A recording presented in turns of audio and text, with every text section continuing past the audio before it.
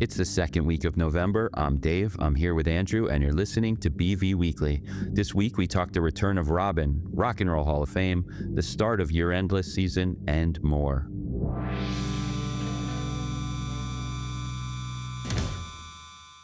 Meg and I want to thank just a few of the bands that inspired and artists that inspired us and came before us and also helped us along the way.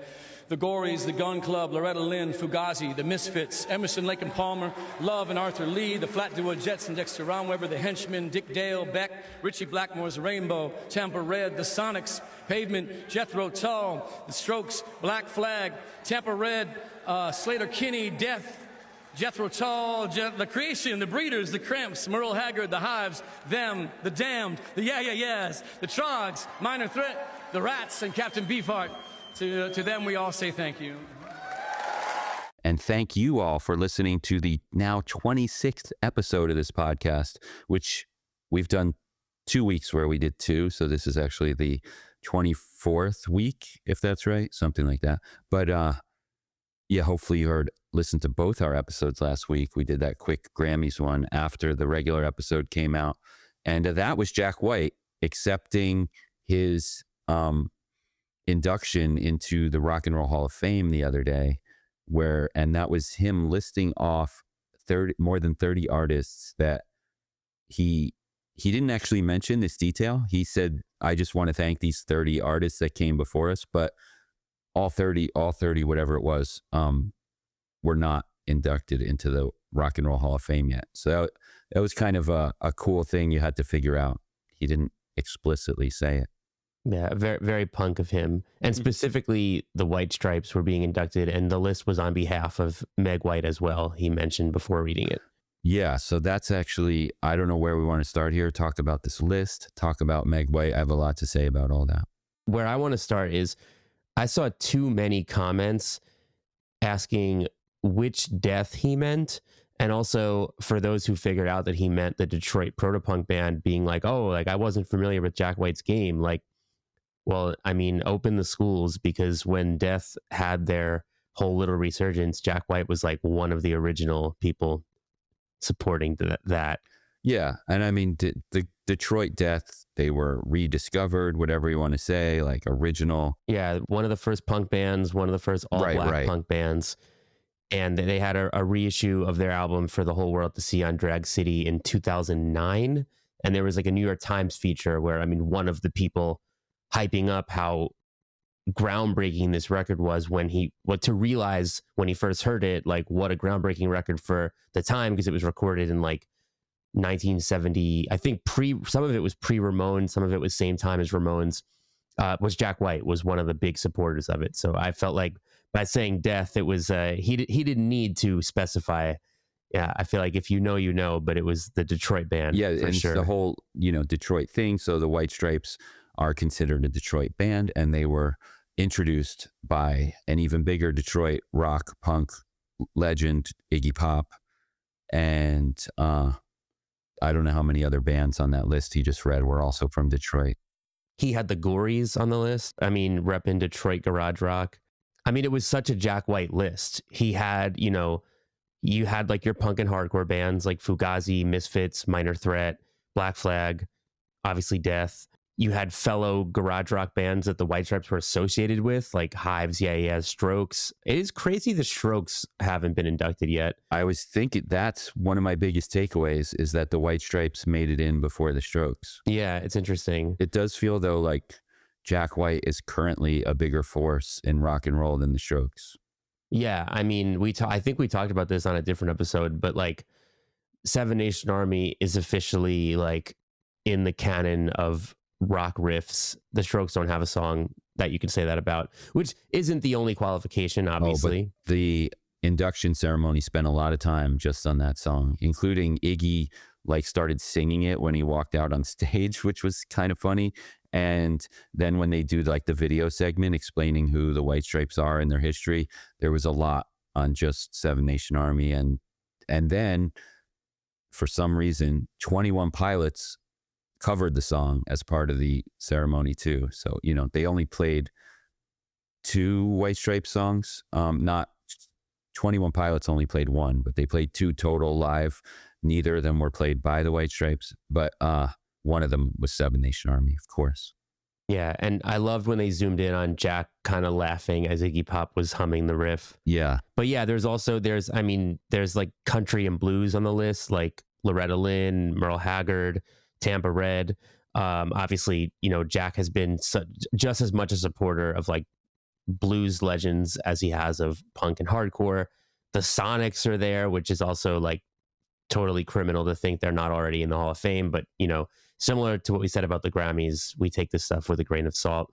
But, I also think actually of Jack White celebrating the Sonics as important and influential as one of the more mainstream people for the millennial generation, I think, to kind of like step up and say, hey, like we have to be honoring the Sonics more, just like he did with Death. And then having Jethro Tull, I feel like isn't Jethro Tull one of those bands that like it's almost like a meme, like people consistently mention how are they not in it? That might be true. My Jethro Tull meme is when they beat Metallica for the Metal Grammy. That's the other one, yeah. Yeah. Or maybe am I thinking of Iron Maiden? Is that the band? There's a bunch of bands that like that, but I don't know. That is weird that Jethro Tull's not in it.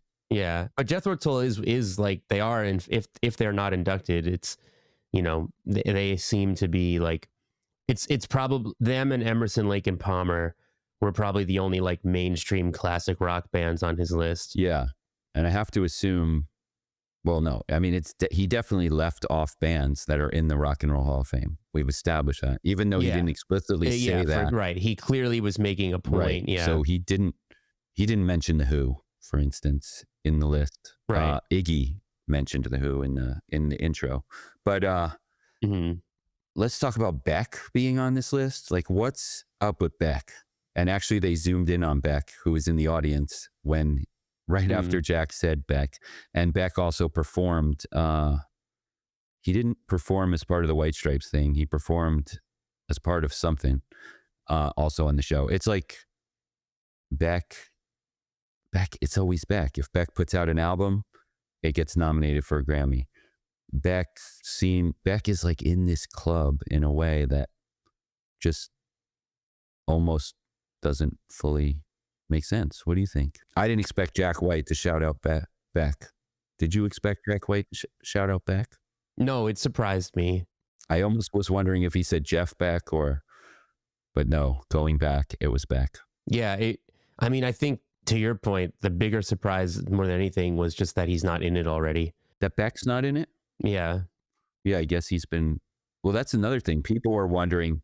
I think there was some surprise that the White Stripes already made it into the Rock and Roll Hall of Fame. I mean, Cyndi Lauper, for instance, not that many think of her as, quote, rock, but she also was inducted, and she's 72.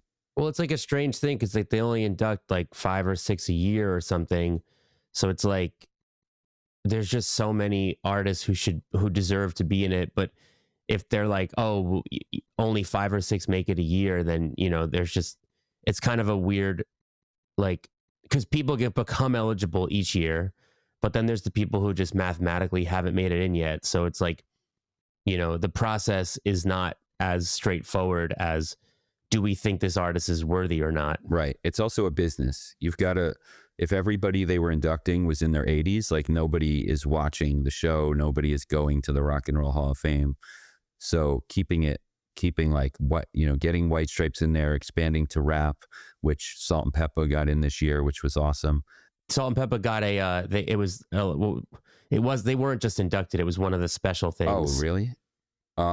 Yeah, it was like one of those, like, I don't have it in front of me, but it was like an influence award or something. But yeah, when I was watching the speech, I did pick up on that. But then when I was watching the speech, they did, was it Missy Elliott said something like, I am honored to be inducting Salt and Pepper into the Rock and Roll Hall of Fame. So I think it's like both.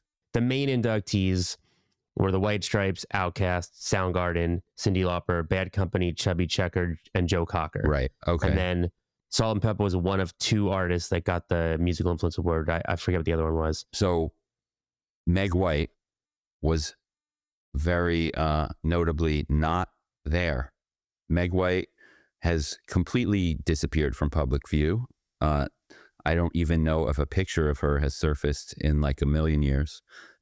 She does not. Jack White plays White Stripe songs in his solo sets, but the White Stripes, I don't know when they broke up and last played. Has it been like nearly 20 years? I don't know when. Something like that. When they last played, but yeah, Meg White is just nowhere. She doesn't really show up, and I guess people were wondering for sure I think anytime a band is, if they're still alive, inducted into the Rock and Roll Hall of Fame, I assume that the Rock and Roll Hall of Fame tries to get them to reunite on stage, and that works to varying degrees. It not only did the White Stripes not reunite and Meg not show up, Jack didn't even play. So I have a feeling that he was like, if Meg's not there to play with me, just let people cover our songs. So that's what happened. And it was Olivia Rodrigo and Feist first. And then, as we said, 21 Pilots that did the White Stripe songs. And the Olivia Rodrigo thing was very cool, because let's continue our ongoing Olivia Rodrigo narrative, where she kept bringing out rock legends to play in her sets, and now she very involved with another one's induction and cover. So that was cool. Not to mention her performing with Feist would be cool in any context too. So it's like kind of a double whammy there. I love that they pulled out Feist for this. That was... Yeah. But I did like that Meg White, although not being there, you know, Jack White brought her up in the speech. He said that she edited his speech, like she had read it over and everything. And again, the list of bands was on behalf of both of them. Somebody yelled out like, "We love you, Meg White," or something. And Jack was like, "Yes, we love Meg." So that was cool, because, you know, considering they don't have a public or private, or, well, I mean, they are divorced, but they may speak, we don't know, but like they don't have a public relationship anymore. So it was nice to see him like really honoring Meg like that, I thought. Yeah. And she came up a lot, including, so Meg White is a thing people know about Meg White is that a lot of people criticized her drumming, and this was a big topic of the induction. First, Iggy Pop awkwardly brought it up. He quoted an unnamed reviewer in his intro speech saying she can't drum or something. It was kind of weird that he did that, actually, but the crowd like booed. And then the theme continued, like but then he like went on to talk about how essential her drumming was. And then in the video skit, they talked a lot about how essential her drumming was. So they're like really focused on that. They really made it a thing. Then they zoomed in on a person in the crowd at one point that said something like, how Meg White's drums is none of your business or something like that. And I don't know if that was like a setup or someone just happened to be in the audience with that shirt. It seemed a little staged. But then, like I said, then Jack brought her up many, many times. But they never said like why she wasn't there. You know, it just kind of, they didn't say she's not here. It was just kind of like assumed, obviously she's not here. She's not on stage with me. And that's it. The mystery of Meg White continues. And yeah, her drumming, they made it a big thing. I mean, if they never brought up that people thought her drumming was bad, it wouldn't have occurred to me that they didn't mention it. They like went out of their way to mention it and defend it throughout. Anyway, yeah, I mean, I feel like she's like Ringo Starr and Lars Ulrich in that way, right, where you're like, oh, this amazing band would somehow be better if their drummer was different. And then I feel like my rebuttal is always, well, then why are they so amazing as is? You know, Ringo Starr is perfect for the Beatles. Lars Ulrich is perfect for Metallica, and Meg White was perfect for the White Stripes. And that's why their songs are as amazing as they are. So Jack White was there, but did not perform. OutKast, both of them were there. Only Big Boy performed. Mm-hmm. I mean, just to contrast and to show you that's like not a thing. Cyndi Lauper was inducted. She sang her entire part, was actually a Cyndi Lauper concert. But yeah, so clearly Andre 3000 is not wanting to reunite OutKast, but Big Boy is like, yeah, I'll still play. So other people joined Big Boy to do the OutKast songs. And that was like, sometimes I feel like with these televised musical performance things, you're like, it just feels cool or good or exciting or spectacular within the context of televised musical performances. Like, but I think this OutKast performance should be like officially released or something. I mean, I guess it's still on Disney Plus, but like, I don't know. Doja Cat might disagree. I didn't think she deserved the criticism she got.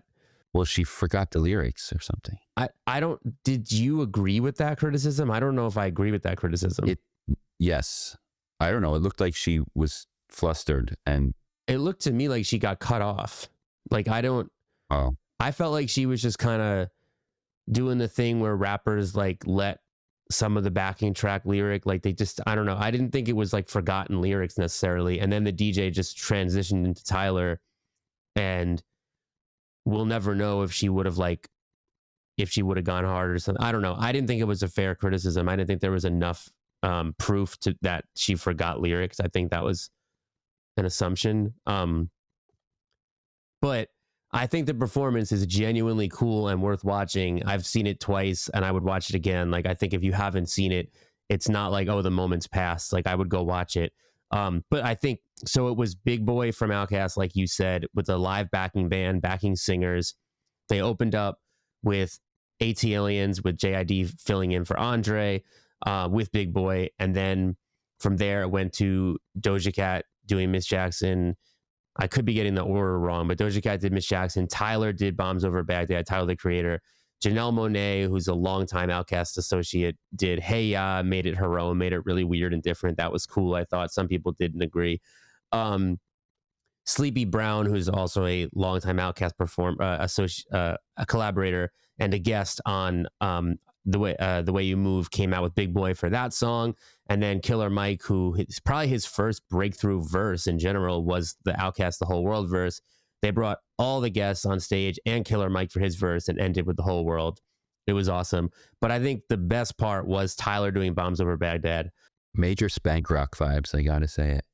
I just saw Spank Rock like live less than a year ago or something. Or is it vice versa, right? Because that song predates Spank Rock. It does? Oh, no. Yeah, I wasn't, the song didn't give me Spank Rock vibes. Tyler gave me Spank Rock vibes. Oh, just like the outfit? Or I guess the outfit is part of why, and then the dance as well. And it was just, yeah. And doesn't Spank Rock kind of imply that Tyler stole his thing? Like, I never actually thought it before until this. But yeah. Oh, I don't know. But I just thought it was cool because, like, you don't really see a lot of like cover songs in rap. Like, even when you go see a rapper do a song where like they have a verse with somebody else, like usually they just leave out the other person's verse, or maybe the crowd does it, or they play it over the PA. But like, I feel like you just don't really see rappers rap other people's verses like a lot. You know, I think part of that might be like kind of an unspoken, like, you don't rap someone else's bars. So this was, not only did Tyler kill it and not forget any words, and just like, I mean, but also it's a rare thing to see. But it just seemed to me like it felt like Tyler doing something he was born to do. Like, he's probably listened to that song like 1,000 times, and it just felt like living out like a childhood dream of being able to, like, he probably has rapped that song in full, like in his bedroom or with friends, you know, and like now doing it on stage for so many people, clearly loving every moment of getting the chance to do it. It just seemed like it felt like beyond a cover or a trip. It really felt like this moment where Tyler was like getting to live out a dream, and he just killed it. And like his clip in particular, I've watched over and over. It's so good. It's like, I would love to see Tyler, like, I don't know, do it at one of his shows, or like, I don't know, make some, like, have, or like a remix of that track with Tyler on it. Like, I feel like there's like potential to do more with Tyler and OutKast, Tyler and Bombs Over Baghdad. But meanwhile, Soundgarden played with all members except obviously Chris Cornell, who passed away a few years ago. They brought out Brandi Carlile and Taylor Momsen, who fronts the band The Pretty Reckless, but is also an actress. She was in The Grinch with Jim Carrey, who actually was the person who inducted Soundgarden in. So it was like this full circle thing. Jim Carrey was also on SNL with Soundgarden in 1996, and they gifted him a guitar at the time. They had the guitar there signed by them, actually projected it. So they it was like this all full circle thing. And also one of Chris's daughters was one of the people giving the speech and like speaking on his behalf. And then one of his other daughters then also performed a song in his honor with Nancy Wilson. So that whole thing was special. And it was like each member of Soundgarden then gave like a thank you speech. The thank you speeches in general were long. The Disney Plus whole thing, the entire induction was 4.5 hours. So each Soundgarden person spoke, but I just wanted to say Matt Cameron, drummer, he was the one who listed out like a very long list of people. He also shouted out Black Flag, or at least he named Greg Ginn, and then later said SST, Soundgarden were signed to SST. It was one of the many labels they were on. Greg Ginn being the man behind Black Flag, his record label. So I just want to point out that it was a big night for Black Flag, getting mentioned by both Jack White and Soundgarden.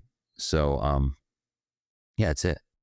On that note, though, real quick, speaking of Black Flag, we should give the clarification of the thing we said last episode, which was that we had said that Henry Rollins had said he has new music with Ian MacKaye of Minor Threat on the way, and Fugazi. And Henry has since clarified that his words were misconstrued.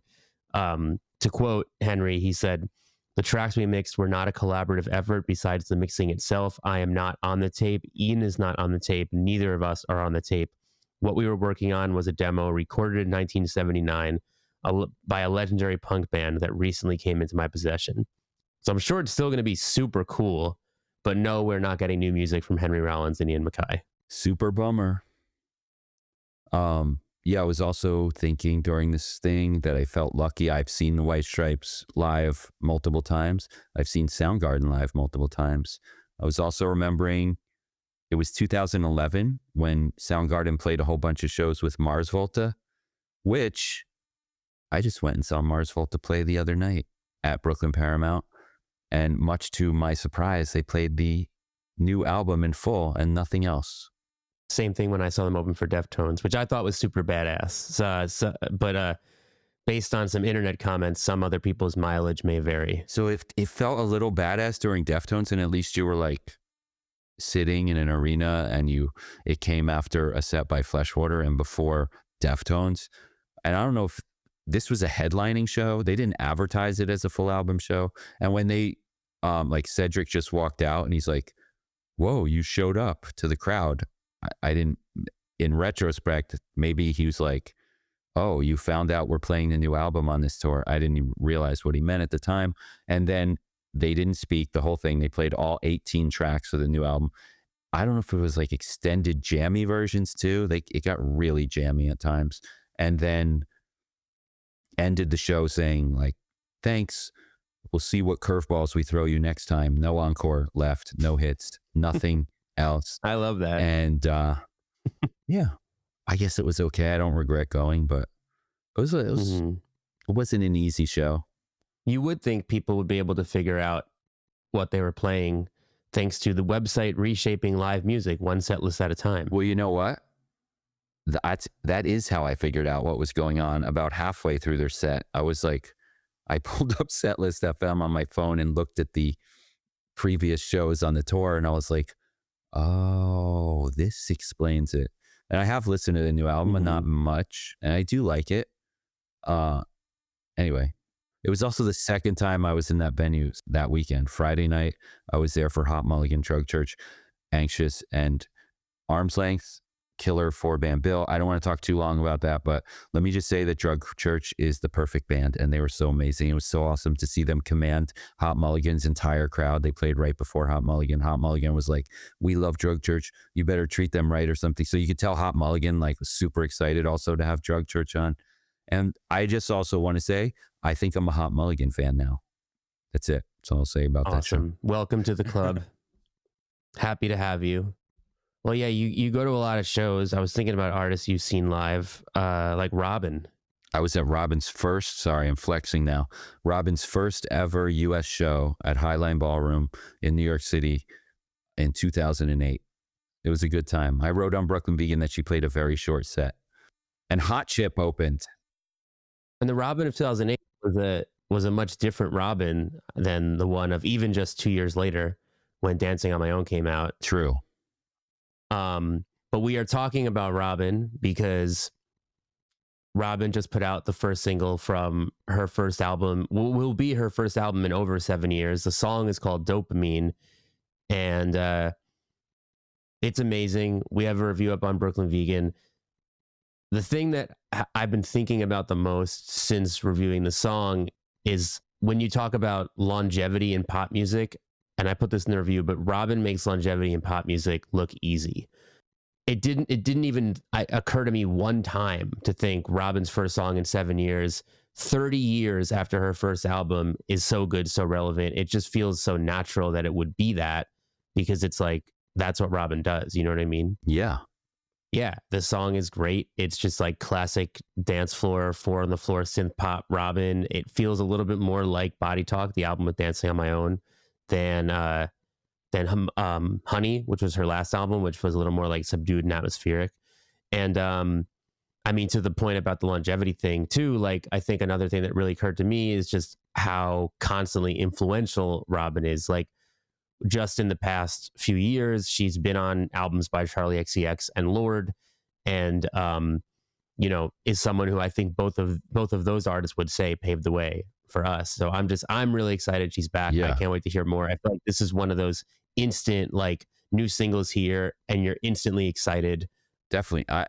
I'm a longtime Robyn fan. I was more instantly excited about her Lorde track and her Charli track than I was about anything Lorde or Charli did without Robyn. So that every time Robyn comes back in whatever form it is, I get excited. I was excited when she showed up on stage with Gracie Abrams at Lollapalooza this year, not because I listened to Gracie Abrams, but because I was like, ooh, if they're throwing her out here at Lollapalooza, I have a feeling something's coming. And here it is. And it sounds like you're right. And I think, you know, we've heard rumors that she might be doing something live in LA next week.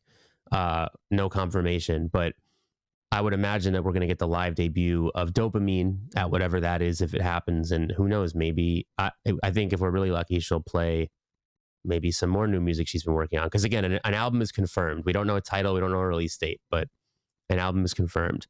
And she's now on Young Records, home of FKA Twigs, who also has a new album out this week, who also is somebody I think Robyn helped pave the way for. Jamie XX, who Robyn just appeared on his last album last year. Sampa's on that label, so that's cool. And yeah, she got a new label. She got an album confirmed. The new song's amazing. So has there been an FKA Twigs Robyn song yet? I don't know, but that would make a lot of sense. Would work really well. They would be a really good pairing, I think. Yeah, so this new FKA Twigs album out today I haven't heard it yet, but it's stressing me out because it's definitely going to mess up the year-end list. FKA Twigs album that came out in like January is one of our favorite albums of the year. No secret there. And now it's like, wait, there's two? But I guess it's not messing up Mojo Uncut or Rough Trade's year-end lists, which all dropped this past week, and FKA Twigs is not on any of them. So I'm guessing they wouldn't have had the second one either. Because of, I think, other than Rough Trade, the other, Decibel, the metal magazine's list is out too, and Decibel, Mojo, and Uncut drop in early mid-November because of the print mag cycle. I don't know why Rough Trade does. I mean, I guess they want to get their list is tied to like exclusive vinyl, and maybe they want to get it out before Black Friday. But yeah, we get these early year-end lists, and then I think usually we get a little break, and then the rest kind of start to come out in early December. And again, for a lot of us, I'll speak for myself included, it feels too early to be getting a year-end list. There's a lot of music still to come. Obviously, some of these lists have albums that aren't out yet, like Decibel, which has an amazing new album by Lamp of Murmuur, which is out today, that we'll also talk about soon. But, you know, even with advanced copies, I mean, we always look at like the SZA thing, right? Like where SZA dropped in December and made everybody's list the following year. Not exactly the same with Cameron Winter, because what was it, Uncut, that put Cameron and Geese as one. No, Rough Trade did that. Sorry. Rough Trade made Cameron Winter's solo record, and Geese's new album as like one combined listing, which I think makes a bit of sense. And it's a little different because that Cameron Winter record kind of popped off more so in early 2025. But, you know, we get SZA's, we get Beyonce's, we get these big surprise releases that would make lists if people would wait a little bit longer. That all being said, it's the, you know, it's like we get this preview of list season, and it's fun to look at this stuff. It's fun to kind of get an idea of what we think is going to be like kind of this year's usual suspects, you know, like as the lists start to come out, like, and obviously, so, you know, Uncut and Mojo have very... So what you're saying is we should expect Van Morrison to be on a lot of lists? Well, I was just about to say Uncut and Mojo are both UK, both have a bit of more of like a older rock kind of bias, I guess. But you know, you've got Wednesday at number 4. It's a big week for Van Morrison though, with the Rock and Roll Hall of Fame happening. So, and he was in Jack White's intro list of artists via his early band Them. Actually, fun fact. It's a good point. Yeah, it's a good point. But go on. Yeah, I mean, no, but yeah, I mean, I guess, yeah, good week for Van Morrison. But yeah, I mean, we've got, it's interesting because, you know, even with Uncut being UK, you've got Ryan Davis and the Roadhouse Band and Wednesday in their top 10, which felt like really kind of rising artists this year in the US kind of indie country thing. And so it's cool to see UK hype for that. Wednesday didn't make Mojo's list at all. That's crazy. I know, it is surprising. Caroline's album is on Uncut in the top at number 14. I think that's going to be on a lot of lists. They actually just put out a deluxe edition today with bonus tracks like demos and stuff, and they're announced their first US tour behind it. So that's exciting. Little Sims is on both of these lists. Bon Iver's in the top 10 on Uncut. Pulp gets a lot of love as number 1 on Uncut. Yes, that is where I feel like it starts to get very UK and a bit older rock bias, where you're getting like, although I mean Pulp's still number 3 on Rough Trade, but yeah, to get Pulp as the number 1 for Mojo and Uncut, I don't know that we're going to see that from like the US publications. Not that the record isn't amazing. I wouldn't be surprised if many lists don't even remember Pulp came out. Yeah, I mean it's always interesting, I think, to see like what pops off in the US more than the UK. Like just seeing Wednesday and Ryan Davis in the top 10 on Uncut, like my first thought is, and I don't want to get too into like what's there, what isn't, but my first thought is no Greg Freeman, who I think might have the best of that kind of like indie country album this year, and isn't exactly getting the same hype, at least clearly not overseas. If I'm going to shout out one album that I'm afraid might go too overlooked this list season, then Greg Freeman's Burn Over is going to be the one, and that's based on not seeing it on 3 lists so far. It's not Geese. Geese is on every list. Oh, right. They're low down though on these lists. Well, not on Rough Trade, but on Uncut and Mojo. I think we're going to see some high up Geese. I think Geese they were number 4 for Rough Trade. I think they're going to be a lot of number 1s. That's what I'm saying. So they're like 37 on Uncut or something, and like, or I forget which is which, even lower on one of them. So it almost feels like a statement putting them that low. They're lower than Van Morrison. Yeah, so is Turnstile. Turnstile came in at 78 on Uncut's list. But hey, again, I'm excited to see it there at all. They could have just, that one could be off their radar. Which one? Oh, you mean like you wouldn't be surprised if it was, you mean? Yeah, just like Turnstile, that's not our magazine. I don't know. Right. I mean, that's like, I'm almost surprised that Turnstile makes it at all, and that Greg Freeman doesn't, with Wednesday and Ryan Davis in the top 10. So Decibel's list, as always, is metal-centric. Their number 1 surprised me. It's the new Dead Guy. Were you just saying Decibel's list is metal-centric? Well, just in case you don't know, what Decibel magazine is, a metal magazine. I don't know. No, just kidding.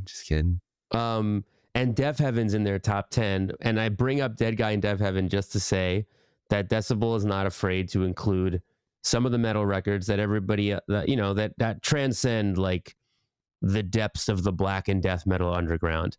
But no Deftones on their list. That's one that stands out to me. And I didn't see Deftones on Mojo or Uncut either.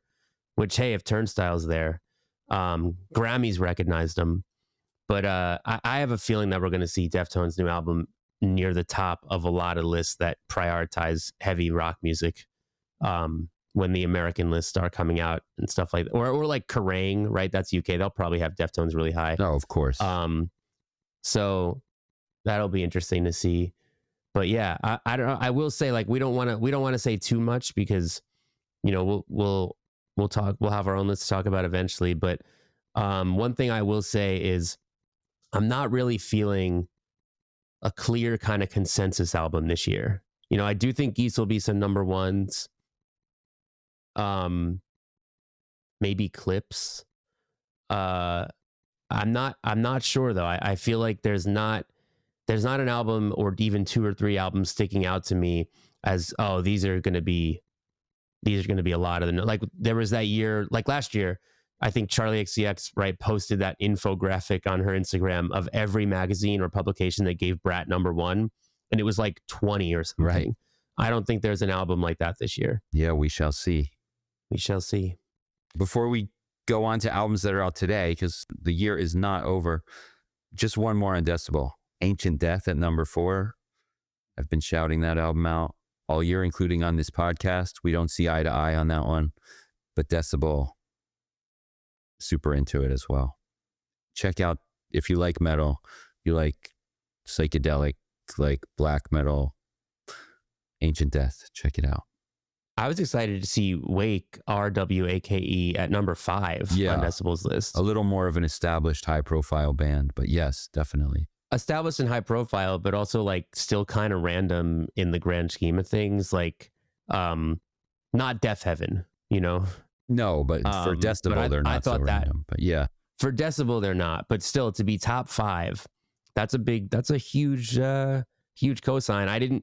I felt, to me, it was so exciting that they made their big comeback this year. And I just didn't get the sense from the music press and hype and stuff that their comeback was being received. Right. I think what you're trying to say is that when they were around the first time, more non-metal publications were like acknowledging they exist. And this time it was a little more under the radar, just metal. Yeah, exactly. Like it felt like, yes, that's a good way of putting it. Yes.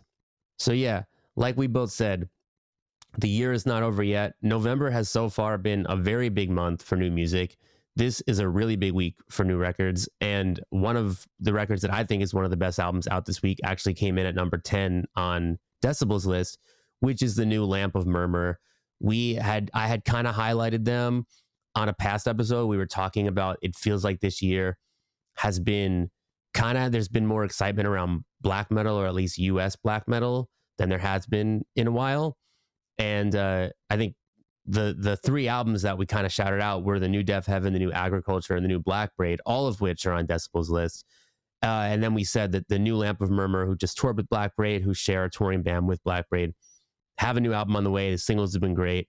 They come in at number 10 on Decibel's list. And the record, I think, is, you can't even get a sense from the singles what this album is. It's like, yes, they're a black metal band, but there's elements of like progressive rock, like gothic rock and gothic metal. There's like these symphonic interludes. There's dark folk. I feel like I say this a lot about certain bands, but I think even if you're not really a metalhead, if you just appreciate like intense, overpowering music that like overwhelms you and overwhelms the senses, this new Lamp of Murmuur record is highly, highly recommended. Also out this week, as previously hinted, FK Twigs' second record of the year. The title of her first album is just doesn't roll off the tongue for me. Eusexua. I feel just comes out weird, but it, like, I think like we said, it came out in January. It's been an album of the year contender since it came out. It's remained a strong one all year, and now she released Eusexua Afterglow, which she specified is not a deluxe edition. She originally envisioned that it would be, but it turned into an album of its own. And I personally think it's cool to hear the opposite. We've seen the opposite too much, where like someone puts out an entire new album and just calls it a deluxe edition of their last album. And I'm like, why is this happening? I don't like this trend. So I much prefer this version where they are these connected records. They even share a word in their title, but they are being presented as two completely different things. And it definitely is similar to the first record. It is kind of like that rave pop vibe that the first one had. But again, Afterglow is in the title, and it's got this kind of like hazier, more atmospheric vibe. It kind of feels like if Eusexuic is like, you know, the height peak hours of the rave, then Afterglow is kind of, the sun still hasn't come up yet, but you're still dancing. Everything's getting blurrier. All the sounds are getting weirder. That's what it feels like. Much different note. Midwest emo band Ben Quad's second album, Wisher, is out this week. We talked about Ben Quad when we were talking about emo bands that get heavy or got heavier. We talked about their like Screamo EP. And now they are going from their Midwest emo roots into early 2000s third wave emo, channeling stuff like Taking Back Sunday and Motion City Soundtrack, and doing it in a way that feels as cool and legit as those bands did before they kind of, well, those bands were always that, but like that, the way that scene felt before it got totally mainstream. And it's kind of cool to hear like them and Charmer and Arm's Length and even parts of the new Anxious album kind of doing this like this revamped third wave emo thing, kind of taking it back to when that particular way of emo was still a little bit more in touch with the underground. Another cool record out this week is Navy Blue, who's like one of our favorite kind of like underground rappers, has a new record called The Sword and the Soaring. It has one guest, Earl Sweatshirt. They've worked together a bunch of times. Navy Blue is kind of in that same like abstract atmospheric rap realm that Earl and Mike, who he's also worked with, are like also in. And on this record, it's like there's gorgeous production, jazzy keys, like string and horn arrangements, really cool. Navy Blue's lyrics are super in depth. It's really, really good. One more metal album out this week is the new collaborative album from Ragana and Drouse. It's on the Flenser. They're both signed to the Flenser. As we've said before, anybody on the Flenser is just kind of like this one dark genre of music. But this record is a mix of like black metal, slowcore, folk. They're both from the Pacific Northwest, Ragana and Drouse, the two artists on the record. And the album is called Ash Souvenir. It's named after the eruption of Mount St. Helen, which was like a major event on the in the Pacific Northwest in 1980. And so it just feels very Pacific Northwest. And I like when an album kind of feels of its region. And this is a good example of that. And Ragana made us a cool video of 5 bands from their region, which you could watch on our Instagram. Yeah. Olympia, Washington specifically. Right. But yes, that is it. It was, and they filmed it in their favorite Olympia record store. Yeah. So it was like an extra little Olympia bonus in there. Go watch that on the Brooklyn Vegan Instagram. Also out this week, an album that I did not see coming, and I still honestly am unsure what to totally make of it, is the collaborative album from the Avett Brothers and Mike Patton of Faith No More, Mr. Bungle, and other bands.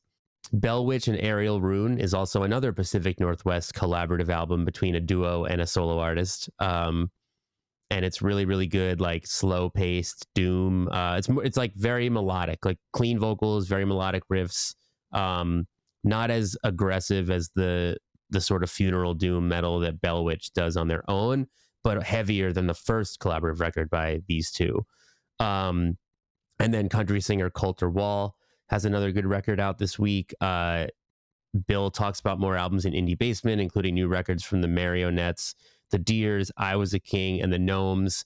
So yeah, again, November's been a big month for new music. Year-end lists are coming out, but the year is not over. It's a lot of cool music out this week. And as always, check out notable releases and Indie Basement on BrooklynVegan.com for all of our record reviews.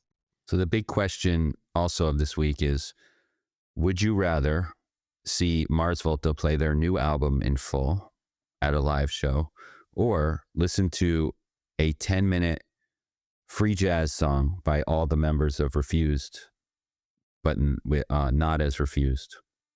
Both things I've done. I like both. I like seeing the Mars Volta play their new record in full, and I like the new band.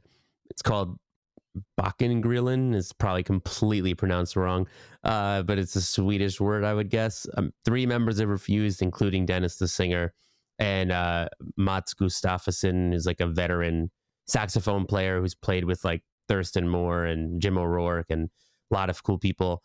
And it's a 10-minute free jazz punk song. Wait, is this is not the band that Refused said? No, this is different. So they debuted this live in 2023, and now they're doing an album, and they've already confirmed a second album. But this is separate from the new band with all 4 members of Refused, because the guitar player is not in this band. Got it. And this has no vocals, I assume.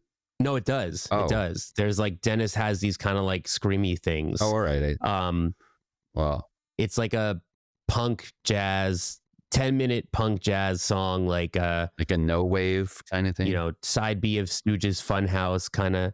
Not really no wave, but they did list John Zorn as an influence. Like it's a little bit more like more John Zorn, I think, than no wave, even though those are adjacent. But yeah, I think it's cool. I'm excited to hear more. I got to listen to it.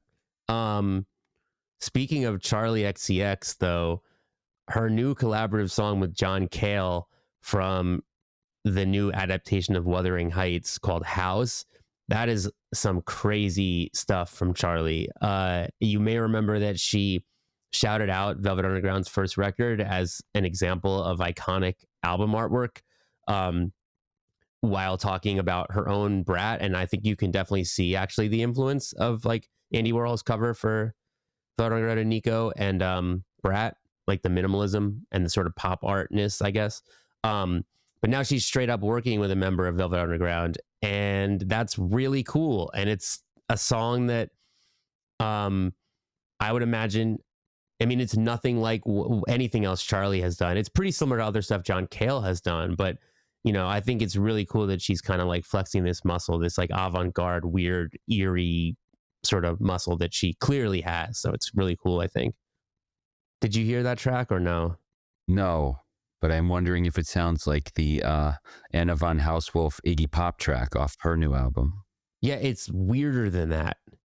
Like it's a good comparison, especially on paper, but it's like that song is poppier than this song. Yeah, yeah. You don't think of Anna as pop, so that's interesting. Yeah, I mean, I listened the first time I heard this song, I didn't even notice Charli's voice, and I listened again, and then I did hear it, but it's you know miles and miles away from Brat or any other Charli record. Some other new songs and album announcements that we got this week was Mandy Indiana announced a new record. They're actually signed to Sacred Bones now. The album is called URGH, URGH, all caps. Billy Woods is on it, which is really cool. I wonder, do you think the Billy Woods Mandy Indiana song will sound like the Charli XCX John Cale song? I bet it'll be poppier. Well, I haven't heard it though. But the first single, Magazine, is out. That one you can hear now. Bill Callahan announced a double album called My Days of 58. First single, The Man I'm Supposed to Be, is out. Daphne, which is another moniker of Dan from Caribou, announced a new record. Butterfly put 2 new songs out, and also some other recent Daphne singles are on it. So at this point, there's like 5 or 6 songs out from that record. And Jana Horn announced a new self-titled LP. She's a folk singer we really like, and the first single, Go On, Move Your Body, is out. So yeah, good week for new songs. Take us home, Dave. Massive Attack are promising to release new music in 2026, which is really exciting. Attention, Portishead, your move. Hayley Williams announced her first ever solo tour, which follows a planned 2020 outing that didn't happen because of COVID. Water From Your Eyes opened most shows. Drain announced a 2026 tour with incredible support from No Pressure, Haywire, who we recently called Hardcore Band of the Year, and Secret World, being the Australian melodic hardcore supergroup with members of Speed, Downside, and more, and No Pressure being the hardcore adjacent pop punk band of the Story So Far singer Parker Cannon. Jason Isbell is going on to reunite with Drive-By Truckers for the first time in 18 years for a performance on Colbert in December. I really hope we get more of that, and it's not just a one-off TV appearance. I also hope that. An instrumental cover of Madonna's Frozen by the late Chuck Schuldiner of Death, The Other Death, for those listening. The Other Death. Yeah, was unearthed this week. Both deaths getting shout outs this week. Louisville Hardcore Festival LDB Fest announced its 2026 lineup with headliners Saves the Day, pretty cool, and Terror, plus All Out War, Big Boy, Gridiron, On Broken Wings, Bulldoze, and much more. In other Hardcore Fest news, for those wondering if Outbreak Fest would be doing a London edition again this year, they're teaming up with All Points East for one day in Victoria Park, headlined by Deftones, with Idols, Amel, I gotta say it right, Amel and the Sniffers, yes? Yep, Amel. Def Heaven, Basement, JPEG Mafia, Wisp, Show Me the Body, and more.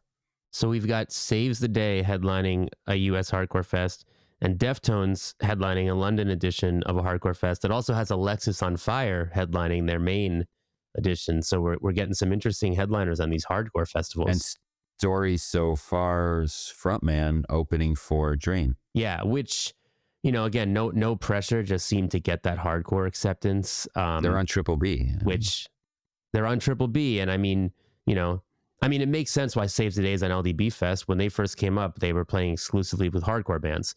But if you don't know that bit of history, does Saves the Day seem like a band that would be on a hardcore festival?